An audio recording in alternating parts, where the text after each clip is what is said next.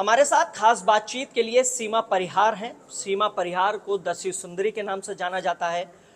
इसके अलावा big boss में ग्लैमर शो के लिए भी जाना जाता है। साथ ही अब राजनीति में भी कदम रखा है। आपको बता दें, किसान संगठन है जिसकी आज राष्ट्रीय अध्यक्ष महिला मोर्चा नियुक्त की गई है। सीधे बातचीत करते हैं।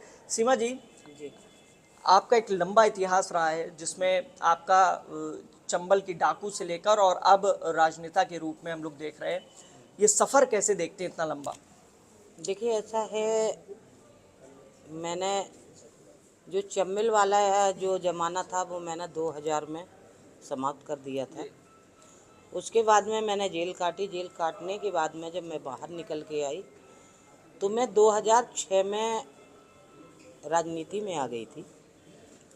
उस टाइम पे उदित राज अपनी एक पार्टी चलाते थे, इंडियन जस्टिस पार्टी, लेकिन वो थी निर्दलीय। मैं 2007 में 6 में जुड़ी थी। 2007 में मैंने उदित राज से बहुत कहा कि मैं चुनाव नहीं लड़ेंगे, लेकिन उन्होंने घोषणा कर दी थी मिर्ज़ापुर भदोई से। फिर उपचुनाव था तो मैंने लोकसभा चुनाव लड़े। दुर्भाग्य ये मान लीजिए कि मैंने वहाँ मिर्ज़ापुर भदोई में 15 दिन का टाइम नहीं दे पाया, और जब चुनाव मैदान में मैं खड़ी थी वहाँ की जनता यही जानती रही कि सीमा परिहार लेडीज है कि जेंट्स है, क्योंकि उनने देखा ही नहीं था। चलिए, वो तो दुर्भाग्य था कि मैं चुनाव वहाँ पे नहीं जीत पाई। उसके बाद में मैंने बैकअप कर दिया था कि कुछ परिस्थितियाँ ऐसी आ गई थी घर में, तो हमें बैकअप करने पड़ा। अब रही बात ये है कि संजय भाई से हमारे काफ़ी समय से जुड़े हुए हैं, तो इनका मैं बराबर इंटरव्यू देखते रहे थे। जैसे मैं पहले कुछ दिन टिकैत से भी जुड़े रहे, उनसे भी संपर्क है, राकेश टिकैत से।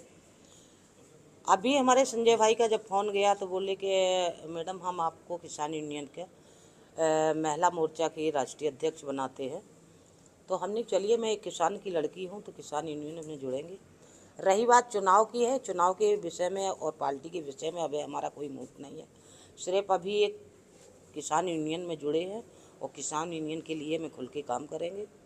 एक बार चुनाव लड़ चुके हैं आप। हाँ। इसके बाद लगातार कयास ये लगाए गए कि आप एक बार फिर से चुनाव लड़ेंगे, और आज जिस तरीके से प्रेस कॉन्फ्रेंस की गई उसमें पिछड़ा दलित मुस्लिम मोर्चा के जो संगठन है उनमें से एक संगठन आपका भी है, भारतीय किसान यूनियन, जिसके आप राष्ट्रीय अध्यक्ष। तो क्या माना जाए, एक बार फिर से राजनीति में आप कदम रखेंगे आगे, या भविष्य में देख सकते हैं कि आपको भी संसद जाना है? देखिए, ऐसा है कि अभी तो फिलहाल में मैं किसान यूनियन में जुड़ी हूँ, तो किसान यूनियन के लिए काम करेंगे। अभी हम ये राजनीति वाला चुनाव मुद्दा तो जैसे बताया जा रहा है 2027 में पिछड़ा दलित। 2027 में है, लेकिन अभी मैंने मूड नहीं बनाया है।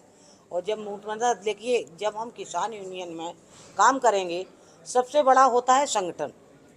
जब पब्लिक का हमारे पास में रुझान आ जाएगा तो वोट तो पब्लिक देती है ना। तो जब हम, ज़रूरी नहीं कि 2017 में चुनाव में आ जाएंगे। पहले हमें ये लगता है किसान यूनियन में पहले अपने भाई को संगठन में जोड़ेंगे, जितनी बहनों को उनको संगठन में जोड़ेंगे।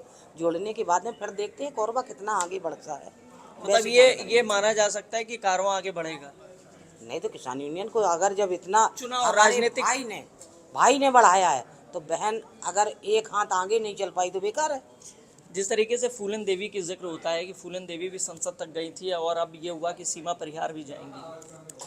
देखिए, फूलन देवी को किस किस ने साथ दिया है ये आपको भी पता है, मीडिया भाई को भी, सभी को पता है। सब ने साथ दिया, लेकिन हमें तो किसी ने साथ ही नहीं दिया, तो हम चुनाव में लड़ेंगे क्या? साथ दिया तो जाएंगे ना। है? साथ दिया तो ये जाएंगे। तो वक्त आने वाला बताएगा, मैं नहीं बता सकती हूँ।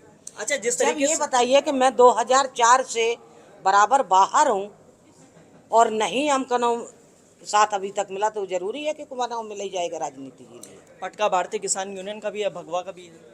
तो ये तो हम बहुत, जब तुम्हारी यहाँ पर भाजपा सरकार भी नहीं बनी थी 2014 में, ये हम जब से जेल से निकले हैं तब से डालते हैं। वजह? ये तो एक छतरी का शोभा है, मैं एक छतरानी, तो ये भगवा कलर तो छतरियों का होता है। आज हमारे जब भगवान जी ने भगवा कलर पहना है तो उसी वंश से हम भी हैं, तो इसलिए मैं भगवा कलर डाले। ये किसी हम पार्टी से लेके नहीं डालते हैं। तो जैसे आप जुड़ी हैं संगठन से, तो अब क्या प्लान है आगे? क्योंकि अब सामाजिक रूप से आप महिलाओं के उत्थान के लिए भी लगातार, जब से आप जेल से बाहर आई हैं, काम कर रही हैं, क्या इसमें क्या योगदान रहेगा? देखिए, ऐसा है कि ये प्लेटफार्म इसलिए मैंने लिया, ग्रहण किया है अभी मैं जैसे कानूनी कार्रवाई जैसे किसी महिला के लिए लड़ रहे हैं, पहले हमारे पास में वो मानव अधिकार भी में मैं जुड़ी थी पहले। अभी बीच में फिर वो उसका वो होगा दोबारा मैंने फिर उनने की कार्ड बढ़वाई है, तो मैंने बढ़वाया नहीं था, तो वो बीच में प्लेटफार्म ख़त्म हो गया था। तो मैं अब किसान यूनियन में जुड़ के जो हम अभी जो मदद नहीं कर पाते थे, जो लड़ाई नहीं अधिकारियों से लड़ पाते थे, तो एक वो तो हमारे पास लाइसेंस बन गया है कि उनसे मैं जवाब सवाल कर सकती हूँ। एक सवाल, और लगातार कुछ रिपोर्ट्स में ये देखा गया है कि सीमा परिहार को सपा का सदस्य बताया गया, आप इसको डिनाई भी कर रही हैं लगातार। भाई साहब ऐसा है कि पता नहीं किसने लिखा है, कौन हमारे मीडिया भाई ने लिखा कि पब्लिक ने डाला है, हमें यही पता नहीं है, लेकिन हमारी ऐसी कभी सपा वालों से कभी बातें नहीं हुई है जो हम चुनाव मैदान में आते। अब रही बात ये है, सदस्य भी नहीं है आप सपा की? जी नहीं।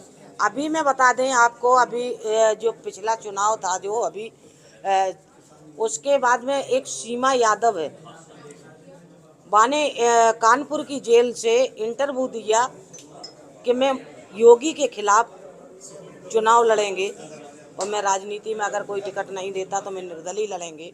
और हमारे मीडिया भाई ने इंटरव्यू, वो सीमा यादव का है, वो फोटो सीमा परिहार की लगी हुई हैं। तो हमारे कुछ इटावा में चाहने वाले हैं, उनने तुरंत ही उसका कटाव किया कि सीमा परिहार तो बाद में लड़ेंगी, पहले हम ही आपको कनो केस डाल देंगे। तो मीडिया भाई ने हमारी फ़ोटो हटाई है। अब मीडिया वाले को क्या मिल जाता भाइयों को, हमें ये पता नहीं पड़ता है। सीमा जी, ये माना जाए मतलब कि अब राजनीति में पूरी तरीके से आप कदम रख चुकी हैं, भविष्य में फिर उस समय तय करेगा कि सीमा परिहार चुनाव लड़ेंगी या नहीं लड़ेंगी? ये तो मीडिया वाले तय करेंगे क्योंकि मीडिया चाहे तो वो 2 मिनट में हीरो बना सकती है और 2 मिनट में जीरो बना देती है। शुक्रिया बातचीत के लिए। कैमरामैन विपिन के साथ हिमांशु शुक्ला, न्यूज़ 18 नोएडा।